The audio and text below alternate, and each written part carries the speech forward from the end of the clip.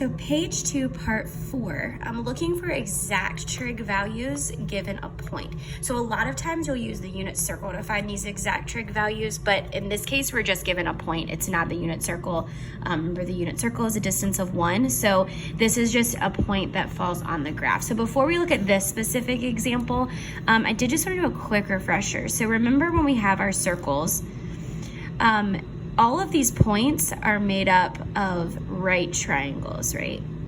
So when we make this point, to figure out the distance, the hypotenuse here, all we have to do is make a right triangle. So we've got our x value, our y value, and then our hypotenuse here, right? So a couple of things to remember: we can always make our right triangles to find essentially like the distance here. What is this hypotenuse? Now for a unit circle, remember it's always 1, but it's not in these cases here.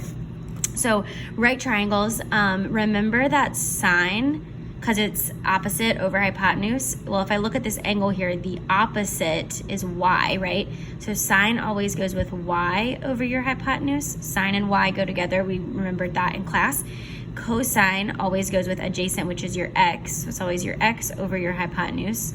Adjacent over hypotenuse, and then your tan is going to be your opposite over your adjacent, or your y over x. And remember, this can create some fun issues because when x is in the denominator, I could have potentially undefined, and that's why tangent functions have those asymptotes, which we'll go over next week.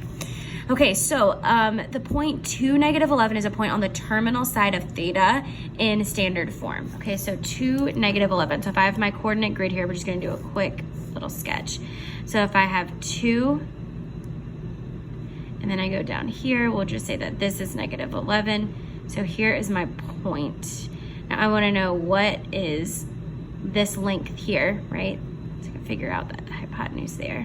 So I have -11 and I have 2, and I want to know what is the hypotenuse. So the first thing I'm going to do is I'm going to figure out, because I need the hypotenuse for all these here, so I'm going to go ahead and figure that out. So if I have 2 squared plus -11 squared equals c squared, that's going to be, or h squared there, that's going to be 4 plus 121 equals c squared, and that's going to be 125.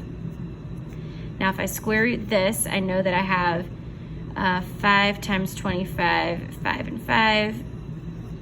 I can bring out 5 root 5 is the value of c. Okay, so 5 root 5 is my hypotenuse.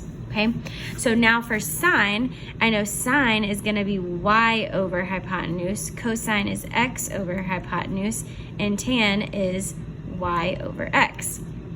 Okay, so sine, well, I already know that y is -11, so it's going to be -11 over the hypotenuse is 5 root 5. Okay, the only thing here is, remember, we rationalize these, so I'm going to actually get rid of the root 5 in the denominator and bring it up to the numerator. So that's going to be -11 root 5 over, this turns into 5, right? 5 times 5 is 25. Okay, you should feel comfortable rationalizing this. If not, you're going to need to watch some videos on rationalizing denominators. Same thing here, but I'm going to use my 2 over 5 root 5, multiply by root 5, and I get 2 root 5 over 25. And then y over x is going to be -11 over 2. There's no radicals in the denominator, so I am good. If you'd like to practice more, go to page 3 and look at number 9, and you can get another question with that. In the next video, we're going to look at, same thing, you're going to looking at exact values, but you actually get to use your unit circle here.